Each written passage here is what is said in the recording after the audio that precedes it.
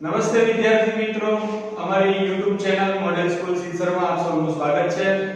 હું વિપુલ સોલંકી। આજે આપણે અભ્યાસ કરીશું ધોરણ 12 તત્વજ્ઞાન યુનિટ નંબર 2 દલીલનું રૂપ અને દલીલનું પ્રામાણિક। અગાઉના ચેપ્ટરની અંદર આપણે વિધાનના રૂપ વિશેની ચર્ચાઓ કરી। આજના ચેપ્ટરમાં આપણે જોઈશું દલીલનું રૂપ અને દલીલના પ્રામાણિક વિશે। આપણે સૌ જાણીએ છીએ કે તર્કશાસ્ત્ર એક રૂપલક્ષી શાસ્ત્ર છે। તર્કશાસ્ત્રને દલીલના કન્ટેન્ટમાં અથવા વિધાનના કન્ટેન્ટની અંદર કંઈ લેવા દેવા નથી। તર્કશાસ્ત્ર છે એ માત્ર રૂપનો આધાર રાખી અને આગળ ચાલે છે। એને દલીલના વિષય સાથે નહીં, એને દલીલના રૂપ સાથે સંબંધ છે। તર્કશાસ્ત્ર છે એ દલીલના રૂપને જ ધ્યાનમાં લે છે। માટે આજના ચેપ્ટરની અંદર આપણે વાત કરીશું દલીલ માટેના રૂપની। તો સૌથી પહેલા જોઈએ કે દલીલ માટેનું રૂપ કોને કહેવામાં આવે છે। તો કે ભાઈ દલીલ માટેનું રૂપ એટલે કે જેમાં વિધાનો નહીં પણ વિધાન માટેના પરિવર્તીઓ અને તાર્કિક કારકો આવતા હોય તેવી પ્રતીકોની વ્યવસ્થિત ગોઠવણી અથવા રચનાને દલીલનું રૂપ કહેવામાં આવે છે। જેમાં વિધાનપરક પરિવર્તીને સ્થાને તમે કોઈ વિધાનો મૂકો તો તમને દલીલ મળી જાય।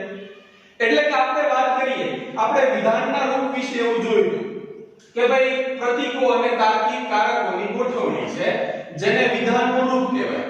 દલીલ માટે પણ સેમ વ્યાખ્યા છે કે જેમાં વિધાનપરક પરિવર્તી આવે છે અને તાર્કિક કારકો આવે છે। આ વિધાનપરક પરિવર્તી અને તાર્કિક કારકોને એવા સુવ્યવસ્થિત રીતે ગોઠવવામાં આવે છે કે જેમાં પરિવર્તીને સ્થાને તમે કોઈ પણ વિધાન મૂકો તો તમને દલીલ મળે। આવી ચર્ચાઓ આપણે અગાઉ પણ કરી ચૂક્યા છે। દાખલા તરીકે એક્ઝામ્પલમાં હું તમને બતાવું કે ભાઈ એક આપણે રૂપ અહીંયા લખીએ છીએ p શરતી q p માટે q। અહીં તમે જોઈ શકો છો મેં વિધાનપરક પરિવર્તીઓનો ઉપયોગ કર્યો છે।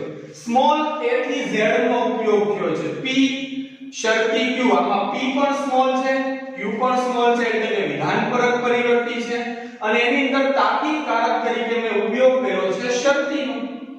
તો અહીંયા વિધાનપરક પરિવર્તી અને તાર્કિક કારકની એવી ગોઠવણી છે કે જેને દલીલ માટેનું રૂપ કહેવામાં આવે છે। બીજો એક એક્ઝામ્પલ તરીકે આપણે જોઈએ કે ભાઈ p વિકલ્પન q નિષેધ p માટે q। તો આની અંદર પણ તમે જોઈ શકો છો p અને q છે એ વિધાનપરક પરિવર્તીઓ છે, સ્મોલ a થી z છે અને તાર્કિક કારક તરીકે આની અંદર મેં વિકલ્પન અને નિષેધનો ઉપયોગ કર્યો છે અને એની એવી વ્યવસ્થિત ગોઠવણી છે કે એના સ્થાને તમે કોઈ પણ વિધાન મૂકશો તો તમને દલીલ મળી જશે। આ દલીલની વાત કરતા હોઈએ તો એની વ્યવસ્થિત ગોઠવણીમાં આપણે એક દલીલની લાક્ષણિકતા જોઈ લઈએ કે દલીલની લાક્ષણિકતા મૂળ એ છે કે એની અંદર આધાર વિધાન પણ આવવું જોઈએ અને ફલિત વિધાન પણ આવવું જોઈએ। પહેલા ચેપ્ટરની અંદર જે આપણે જોયું હતું એમાં આધાર વિધાન કે ફલિત વિધાન કંઈ હતું જ નહીં, કારણ કે વિધાનનું રૂપ હતું। આજે આપણે જે ચેપ્ટરની અંદર વાત કરીએ છીએ એ દલીલનું રૂપ છે અને દલીલના રૂપની અંદર તો આધાર વિધાન અને ફલિત વિધાન આવવું આવશ્યક છે। આ બંને ઉદાહરણની અંદર તમે જોઈ શકો છો p શરતી q અને p આ બે આધાર વિધાનો છે, q છે એ ફલિત વિધાન છે। બીજા ઉદાહરણમાં પણ તમે જુઓ p વિકલ્પન q અને નિષેધ p આ બંને આધાર વિધાનો છે અને એમાં આવતું q છે એ એનું ફલિત વિધાન છે। આ થયું દલીલ માટેનું રૂપ। હવે જો આપણે અગાઉ પણ વ્યાખ્યાની અંદર વાત કરી કે પરિવર્તીને સ્થાને તમે વિધાન મૂકો તો તમને દલીલ મળે। આ પરિવર્તીને સ્થાને વિધાન મૂકો એનો મતલબ શું? એનો મતલબ કે દલીલ માટેના રૂપનું સ્થાનાપતિ નિદર્શન। દાખલા તરીકે આપણું પહેલું ઉદાહરણ હતું p શરતી q p માટે q, એના સ્થાને આપણે વિધાનો મૂકીએ એટલે આપણને દલીલ મળે। જોઈએ આપણે દાખલા તરીકે p શરતી q, p માટે હું લઉં કે જો વરસાદ પડે તો, બરોબર, શરતી માટે તો, અને q માટે આપણે લઈએ પાક સારો થાય। એટલે p શરતી q આપણું આખું શું બન્યું કે જો વરસાદ પડે તો પાક સારો થાય। p માટે આપણે શું લીધું કે વરસાદ પડે છે। આ બંને આધાર વિધાનો થયા અને ફલિત વિધાનમાં આપણે q માટે શું લઈએ કે પાક સારો થાય છે। તો આ p શરતી q p માટે q એવું જે વિધાન માટેનું દલીલ માટેનું જે રૂપ હતું એના સ્થાને આપણે વિધાનો મૂક્યા અને આપણને એક દલીલ મળી. તો આને કહેવામાં આવે વિધાન માટેનું દલીલ માટેનું સ્થાનાપતિ નિદર્શન. બીજું એક્ઝામ્પલ આપણે એક જોયું હતું કે p વિકલ્પન q નિષેધ p માટે q આવું એક જે દલીલ માટેનું આપણે રૂપ જોયું. એના સ્થાને પણ આપણે વિધાન મૂકી જોઈએ. દાખલા તરીકે p એટલે કે મનોજ ચા પીશે, વિકલ્પન એટલે અથવા, q એટલે કે મનોજ કોફી પીશે. કાં તો મનોજ ચા પીશે અથવા તો મનોજ કોફી પીશે. નિષેધ p એનો મતલબ મનોજ ચા પીશે એનો નિષેધ એટલે કે ચા પીશે નહીં. માટે q એટલે શું? તો કે મનોજ કોફી પીશે. તો આપણું એક રૂપ હતું p વિકલ્પન q નિષેધ p માટે q, જેના સ્થાને આપણે વિધાનો મૂક્યા કે કાં તો મનોજ ચા પીશે અથવા મનોજ કોફી પીશે. મનોજ ચા પીશે નહીં, માટે મનોજ કોફી પીશે. તો જ્યારે કોઈ દલીલ માટેના રૂપમાં વિધાનપરક પરિવર્તીઓના સ્થાને જ્યારે તમે કોઈ વિધાન મૂકો અને જે દલીલ મળે એને કહેવામાં આવે છે દલીલ માટેનું સ્થાનાપતિ નિદર્શન. હવે દલીલ માટેમાં કેવું થાય કે દલીલનું રૂપ એક હોય પણ દલીલ માટેના સ્થાનાપતિ નિદર્શનો અનેક હોઈ શકે છે. દાખલા તરીકે પહેલું જ રૂપ આપણે જોયું હતું કે p શરતી q p માટે q, જેમાં આપણે એમ કીધું જો વરસાદ પડે તો પાક સારો થાય. એના સ્થાને મારે મૂકવું હોય કે જો મહેનત કરો તો પાસ થવાય, ચાલે. એના સ્થાને હું તમને એમ કહું કે જો તોફાન કરો તો માર પડે, ચાલે. રૂપ એકનું એક છે p શરતી q p માટે q, પણ એના સ્થાનાપતિ નિદર્શનો અનેક હોઈ શકે છે. તો આ વાત કરી આપણે દલીલ માટેના રૂપની અને એના સ્થાનાપતિ નિદર્શનની. હવે આપણું ચેપ્ટર શું છે કે દલીલનું રૂપ અને એનું પ્રામાણ્ય. તો હવે આપણે વાત કરીએ દલીલ માટેના પ્રામાણ્યની. હવે જ્યારે પણ પ્રામાણ્ય એવો શબ્દ વાપરીએ ત્યારે બે પ્રકારના શબ્દો આપણી નજરમાં આવે. એક તો પ્રમાણભૂત દલીલ અને બીજું છે અપ્રમાણભૂત દલીલ. જો વિધાન હોય તો વિધાન કોઈ દિવસ પ્રમાણભૂત અને અપ્રમાણભૂત ન હોઈ શકે. વિધાન કાં તો સત્ય હોય અને કાં તો અસત્ય હોય. માટે જે પહેલું ચેપ્ટર આપણે જોયું હતું વિધાનના રૂપની વાત, એમાં ક્યારેય પ્રમાણભૂત એવો શબ્દ આપણે વાપર્યો નથી. પણ હવે આપણે વાત કરીએ છીએ દલીલ માટેના રૂપની, દલીલ માટેના પ્રામાણ્યની. તો દલીલને તમે સત્ય કે અસત્ય કહી શકો નહીં. દલીલ કાં તો પ્રમાણભૂત હોય અને કાં તો અપ્રમાણભૂત હોય. તો સૌથી પહેલા આપણે વાત કરીએ દલીલ જે પ્રમાણભૂત છે કે ભાઈ પ્રમાણભૂત દલીલ કોને કહેવાય. તો કે ટૂંકી વ્યાખ્યા છે અને બહુ સીધી રીતે સમજી શકાય કે ભાઈ જે દલીલમાં આધાર વિધાન સત્ય હોય અને ફલિત વિધાન પણ સત્ય હોય તો એવી દલીલને પ્રમાણભૂત દલીલ કહેવામાં આવે. તમે જ્યારે પણ સત્યતા કોષ્ટક દોરશો ત્યારે તમને ખબર પડશે કે ભાઈ એનું આધાર વિધાન સત્ય છે અને એનું ફલિત વિધાન પણ સત્ય છે. તો આધાર વિધાન પણ સત્ય હોય અને ફલિત વિધાન પણ સત્ય હોય એવી દલીલને પ્રમાણભૂત દલીલ કહેવાય. જ્યારે અપ્રમાણભૂત દલીલની વાત કરીએ તો કે ભાઈ જેનું આધાર વિધાન સત્ય હોય પણ એનું ફલિત વિધાન છે એ પાછું અસત્ય હોય તો આવી દલીલને અપ્રમાણભૂત દલીલ કહેવામાં આવે છે. ટૂંકમાં આપણે સમજી લઈએ કે આધાર વિધાન સત્ય અને ફલિત વિધાન પણ સત્ય તો એ પ્રમાણભૂત દલીલ, પણ આધાર વિધાન સત્ય અને ફલિત વિધાન અસત્ય તો એને કહેવામાં આવે છે અપ્રમાણભૂત દલીલ. તો આ તો થઈ થિયરી, આ તો થઈ માત્ર વ્યાખ્યા કે ભાઈ આને પ્રમાણભૂત દલીલ કહેવાય, આને અપ્રમાણભૂત દલીલ કહેવાય. આપણે હકીકતની અંદર સત્યતા કોષ્ટકની પ્રત્યક્ષ રીતનો ઉપયોગ કરીને દલીલને સાબિત કરવાની છે કે આ દલીલ પ્રમાણભૂત છે કે આ દલીલ અપ્રમાણભૂત છે. એટલે આપણે સત્યતા કોષ્ટકની અંદર સમજીએ કે આપેલી દલીલ પ્રમાણભૂત છે કે અપ્રમાણભૂત એ આપણને કેમ ખબર પડે. તો કે સૌથી પહેલી એક દલીલ એક્ઝામ્પલ તરીકે હું લઉં છું. જો વધુ વૃક્ષો વાવો તો વાતાવરણમાં પ્રદૂષણ ઘટે. એક આધાર વિધાન. બીજું આધાર વિધાન વધુ વૃક્ષો વાવો છો અને એના પછી એનું ફલિત વિધાન કે વાતાવરણમાં પ્રદૂષણ ઘટે છે. તો આવી એક દલીલ આપણે એક્ઝામ્પલ તરીકે આપણને આપી છે. હવે આ દલીલનું આપણે પ્રામાણિક તપાસવું છે. એ પણ સત્યતા કોષ્ટકની મદદથી. તો શું કરવું? તો કે સૌથી પહેલા જે દલીલ આપી છે એની તમે પ્રાતિક રજૂઆત કરી નાખો.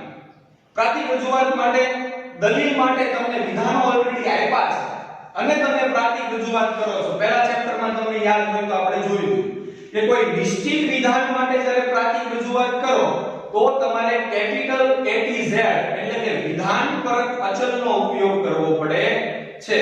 આપણે હમણાં જે વાત કરી એ વિધાનપરક પરિવર્તીયતા સ્મોલ a થી z, પણ એ તો રૂપ બનાવવા વપરાય, પ્રાતિક રજૂઆત કરવા માટે વપરાતા નથી. એટલે હવે જે આપણે પ્રાતિક રજૂઆત કરીશું એ કેપિટલ A થી Z વિધાનપરક અચલમાં કરીશું. અહીંયા જે આપણે દલીલ લખી છે એ દલીલની પ્રાતિક રજૂઆત કરીએ તો કે ભાઈ જો વધુ વૃક્ષો વાવો એટલે કે P, તો આપ્યું છે એટલે કે શરતી, વાતાવરણમાં પ્રદૂષણ ઘટે એટલે કે Q, P શરતી Q. બીજું આધાર વિધાન વધુ વૃક્ષો વાવો છો, તો ઉપર વધુ વૃક્ષો વાવો એના માટે તો આપણે ઓલરેડી P લીધું જ છે, તો નીચે પણ P લઈ લઈએ. અને ફલિત વિધાન આપણું વધુ વૃક્ષો વાતાવરણમાં પ્રદૂષણ ઘટે, તો વાતાવરણમાં પ્રદૂષણ માટે તો આપણે Q લીધું છે, તો ફલિત વિધાન આપણું થશે Q. આપણી દલીલની પ્રાતિક રજૂઆત શું થઈ? P શરતી Q, P માટે Q. આ પ્રાતિક રજૂઆત થયા બાદ તો કે ભાઈ આપણે એનું પ્રામાણ્ય તપાસવું છે. પ્રમાણ્યમાં આપણે એવી વાત કરી આધાર વિધાન સત્ય અને ફલિત વિધાન સત્ય, તો પ્રમાણ્ય આધાર વિધાન અસત્ય અને ફલિત વિધાન સત્ય, આધાર વિધાન સત્ય અને ફલિત વિધાન અસત્ય, તો એ અપ્રમાણ્ય. તો એના માટે અહીંયા તો બે આધાર વિધાન આપ્યા છે. જરૂરી નથી કે એક જ આધાર વિધાન અને એક જ ફલિત વિધાન આપે. તમને બે આધાર વિધાન અને એક ફલિત વિધાન આપે તો પણ એનું સત્યતા કોષ્ટક બને.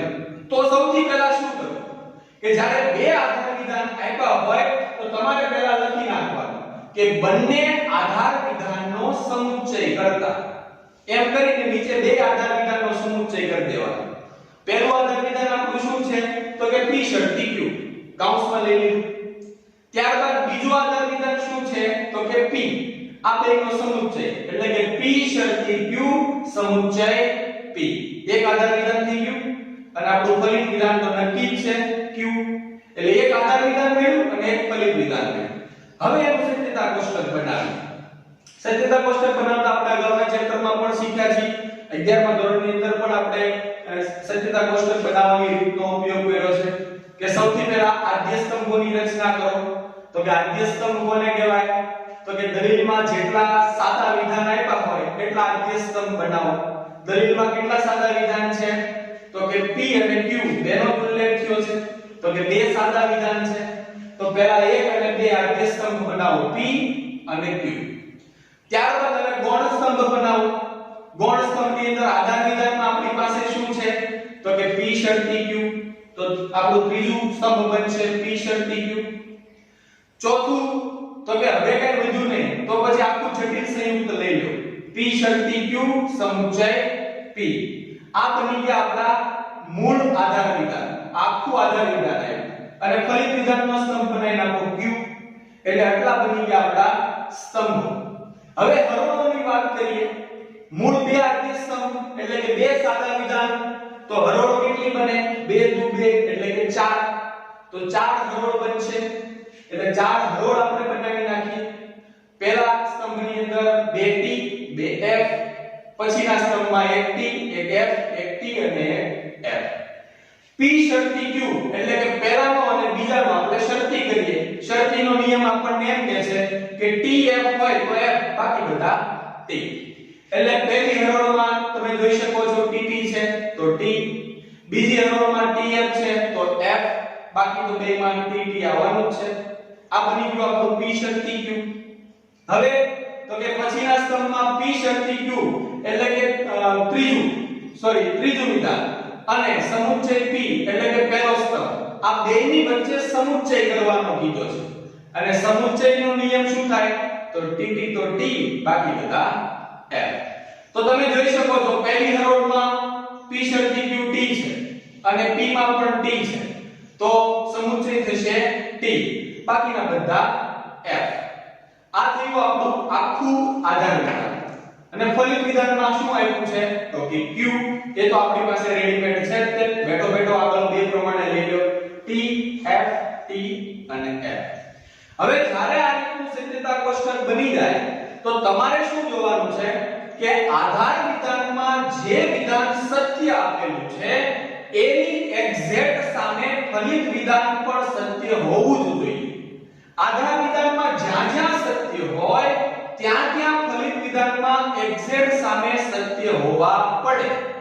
જો તમામ જગ્યાએ સત્ય જોવા મળે તો આપેલી દલીલ પ્રમાણભૂત, પણ જો એક પણ જગ્યાએ આધાર વિધાન સત્ય હોય અને ફલિત વિધાન અસત્ય જોવા મળે તો આખી દલીલને તમારે અપ્રમાણભૂત ગણવાની થાય. અહીંયા તમે આધાર વિધાનમાં જોઈ શકો છો કે પહેલી હરોળમાં એક જ જગ્યાએ આધાર વિધાન સત્ય છે તો એની એક્ઝેક્ટ સામે ફલિત વિધાનમાં પણ પહેલી હરોળની અંદર વિધાન સત્ય છે. બાકી આધાર વિધાનમાં તમામ વિધાનો અસત્ય છે એટલે સામે ફલિત વિધાનમાં જોવા પડવું નથી. એટલે આ દલીલમાં આધાર વિધાન પણ સત્ય છે, ફલિત વિધાન પણ સત્ય છે. માટે પ્રસ્તુત દલીલ સત્યતા કોષ્ટકની પ્રત્યક્ષ રીત દ્વારા તમે કહી શકો કે આ દલીલ પ્રમાણભૂત છે. આ રીતનું સત્યતા કોષ્ટક દોરી નાખો તો નીચે તમારે પ્રામાણ્યની સાબિતી લખી નાખવાની કે ઉપરોક્ત સત્યતા કોષ્ટકની પ્રથમ હરોળમાં આધાર વિધાન સત્ય છે અને ફલિત વિધાન પણ સત્ય છે. માટે પ્રસ્તુત દલીલ પ્રમાણભૂત છે. આવું તમારે લખી નાખો. આ વાત થઈ પ્રમાણભૂત દલીલની વાત. આપણે એક અપ્રમાણભૂત દલીલનું એક્ઝામ્પલ પણ જોઈ લઈએ. દાખલા તરીકે એક બીજું એક્ઝામ્પલ તમારી સામે મૂકું. કાં તો તે નેતા બનશે અથવા તે અભિનેતા બનશે. કોઈ છોકરાની વાત છે. ભાઈ કાં તો મનોજ નેતા બનશે અથવા તો મનોજ અભિનેતા બનશે. મનોજ અભિનેતા બનશે બીજું વિધાન. માટે મનોજ નેતા બનશે નહીં. આવી એક દલીલ મેં તમારી સામે મૂકી. સૌથી પહેલા આપણે શું કરીશું તો કે સૌથી પહેલા આપણે એની પ્રાતિક રજૂઆત કરીશું. કાં તો મનોજ નેતા બનશે માટે p લઈ લઈએ અથવા છે માટે વિકલ્પ પણ લઈ લઈએ. મનોજ અભિનેતા બનશે એના માટે આપણે q લઈ લઈએ. એક આધાર વિધાન થઈ ગયું આપણું p વિકલ્પન q. બીજું આધાર વિધાન શું લખ્યું છે તો કે મનોજ અભિનેતા બનશે. મનોજ અભિનેતા બનશે. અભિનેતા બનશે માટે આપણે શું લીધું છે તો કે q. તો કે લઈ લો બીજું આધાર વિધાન q. અને હવે આપણું ફલિત વિધાન શું છે મનોજ નેતા બનશે નહીં. નેતા બનવા માટે શું લીધું તું p, પણ નહીં બને માટે નિષેધ p. એટલે આપણી પ્રાતિક રજૂઆત શું થઈ p વિકલ્પન q, q માટે નિષેધ p. હવે આવી એક પ્રાતિક રજૂઆત, આવી એક દલીલ થઈ. હવે જ્યારે આનું આપણે સત્યતા કોષ્ટક દ્વારા આગળ પ્રામાણ્ય તપાસીએ તો સૌથી પહેલા હમણાં વાત કરીએ બંને આધાર વિધાનનો પહેલા તો સમુચ્ચય કરી નાખો. બંને આધાર વિધાનનો સમુચ્ચય કરવા તો કે પહેલું આધાર વિધાન p વિકલ્પન q, બીજું આધાર વિધાન q, બેયનો સમુચ્ચય એટલે કે p વિકલ્પન q સમુચ્ચય q. મળી ગયું એક આધાર વિધાન. હવે આપણું ફલિત વિધાન કયું છે તો કે નિષેધ p, એટલે મળી ગયું એક ફલિત વિધાન. હવે આપણે સત્યતા કોષ્ટક બનાવીએ. સૌથી પહેલા આદ્ય સ્તંભો.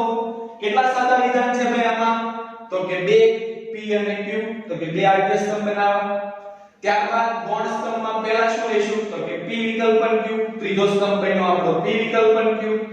ત્યારબાદ આખું જટિલ સંયુક્ત વિધાન એટલે કે આપણું આખું આધાર વિધાન p વિકલ્પન q સમુચ્ચય q.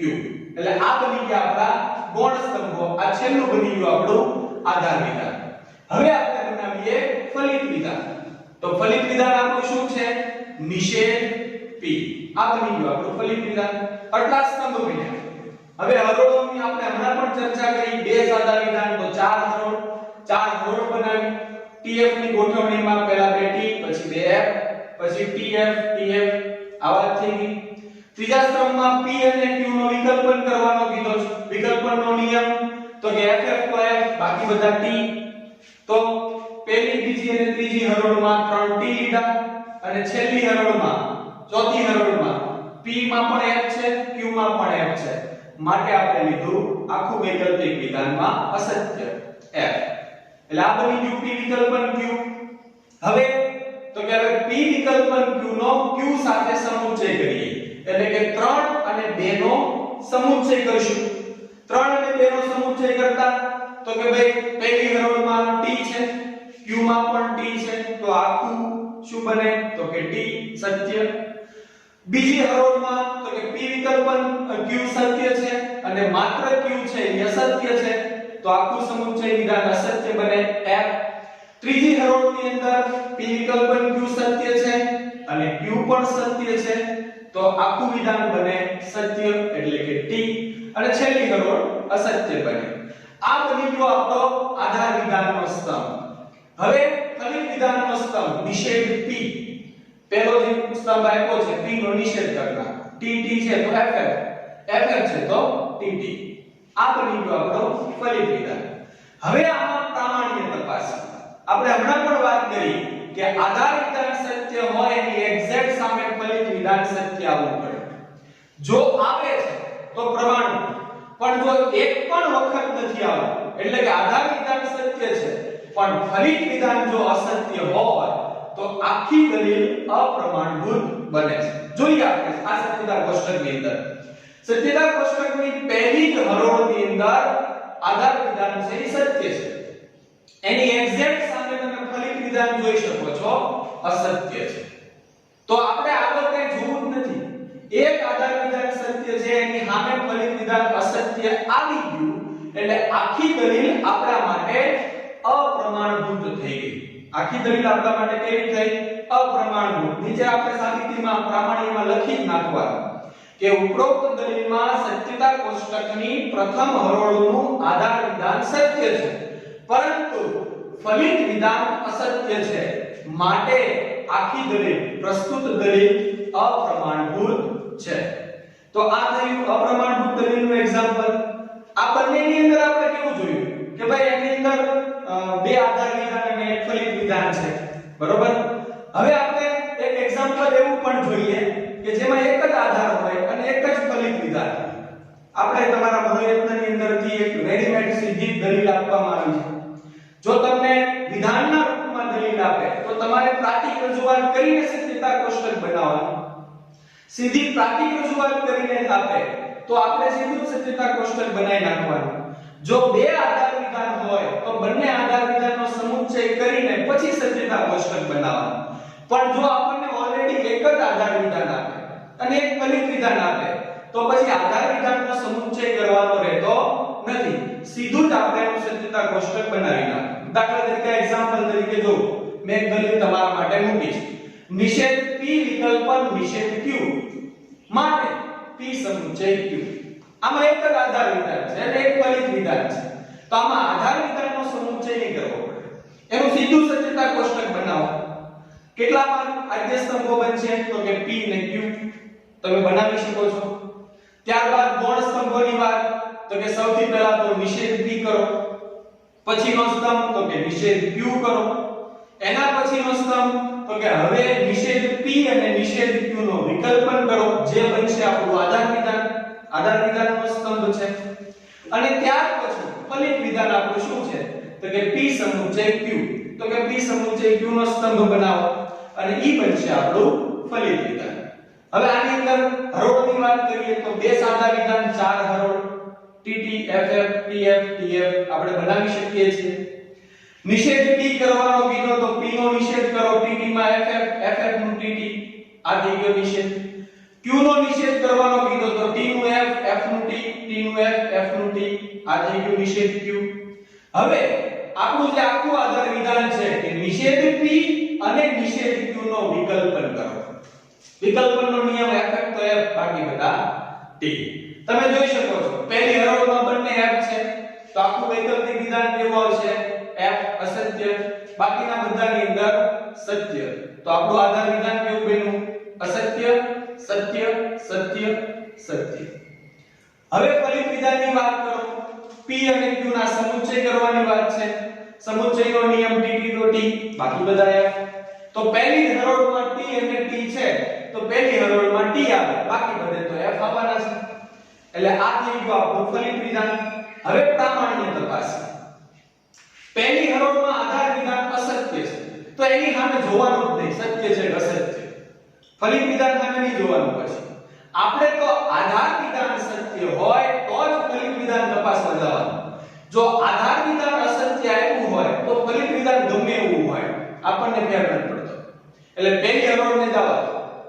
બીજી હરોળમાં જો આધાર વિધાન સત્ય છે બરોબર ટી, તો એની એક્ઝેક્ટ સામે જો ફલિત વિધાન પાછું અસત્ય છે. તો એક જ વખત જો આપણને આધાર વિધાન સત્ય મળે અને એની સામે ફલિત વિધાન અસત્ય મળી જાય તો આખી દલીલ આપણા માટે કેવી થઈ જાય? અપ્રમાણભૂત. પછી તમારે એક પણ વિધાન ન જોવો તો પણ ચાલે. તો આમાં પણ નીચે પ્રામાણ્ય લખી નાખવા કે ઉપરોક્ત સત્યતા કોષ્ટકની બીજી હરોળમાં આધાર વિધાન સત્ય છે, ફલિત વિધાન અસત્ય છે, માટે આખી જ દલીલ અપ્રમાણભૂત છે. તો આ વાત થઈ દલીલોનું સત્યતા કોષ્ટક દ્વારા પ્રામાણ્ય તપાસવાની વાત. સત્યતા કોષ્ટકમાં એક નાની ઊંધી વાત ફરીવાર રિપીટ તમને કરી દઉં કે એટલું તમે ચોક્કસ યાદ રાખજો કે તમે જ્યારે સત્યતા કોષ્ટક બનાવો એના આધાર વિધાનમાં જ્યાં જ્યાં સત્ય હોય એની એક્ઝેક્ટ સામે ફલિત વિધાનમાં પણ સત્ય જ આવવું પડે. જો સત્ય આવે છે તો ઈ દલીલ પ્રમાણભૂત સાબિત થશે અને જો સત્ય નથી આવતું, એક પણ વખત નથી આવતું, તો એ આખી દલીલ અપ્રમાણભૂત સાબિત થશે. અહીંયા તો આપણે એક્ઝામ્પલમાં 4 જ હરોળ આવી છે. આપણે જાણીએ છીએ 3 સાદા વિધાન હોય તો 8 હરોળ બને, 4 સાદા વિધાન હોય તો 16 હરોળ બને. 16 માંથી ભલે 15 સત્ય હોય પણ જો એક અસત્ય નીકળે ને તો પણ આખી દલીલ અપ્રમાણભૂત સાબિત થશે. આ વાત કરી આપણે દલીલોનું રૂપ અને સત્યતા કોષ્ટક દ્વારા દલીલોનું પ્રામાણ્ય તપાસવાની વાત. Thank you.